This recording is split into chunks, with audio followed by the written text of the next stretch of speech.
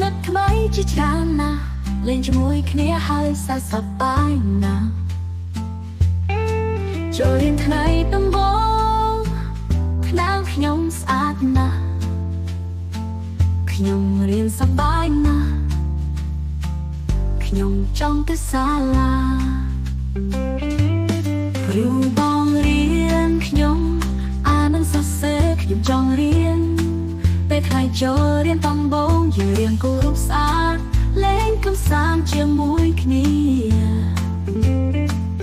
ជាចង់រៀនលើកទឹកចិត្តរៀនចេះក្រុមខ្លួនឯងខ្លាយជាក្មេងល្អក្នុងសាលាខ្ញុំសប្បាយពេលទៅសាលាដោយបានទៅលេងនៅក្នុងផានដេថ្មីស្ទើររឿងថ្មីច្រើនពុំពេញសំដៅចំណេះដឹងសាលាគឺជាមិត្តខ្ញុំស្រឡាញ់សាលាខ្ញុំណា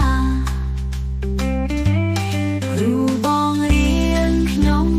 អាននិងសរសេរខ្ញុំចង់រៀនពេលថ្ងៃចូលរៀនដំបូងយើងរៀនគូររូបស្អាតលេងកម្សាន្តជាមួយគ្នាជាចង់រៀនលើកទឹកចិត្តរៀនចេះក្រុមខ្លួនឯងខ្លាយជាក្មេងល្អក្នុងសាលា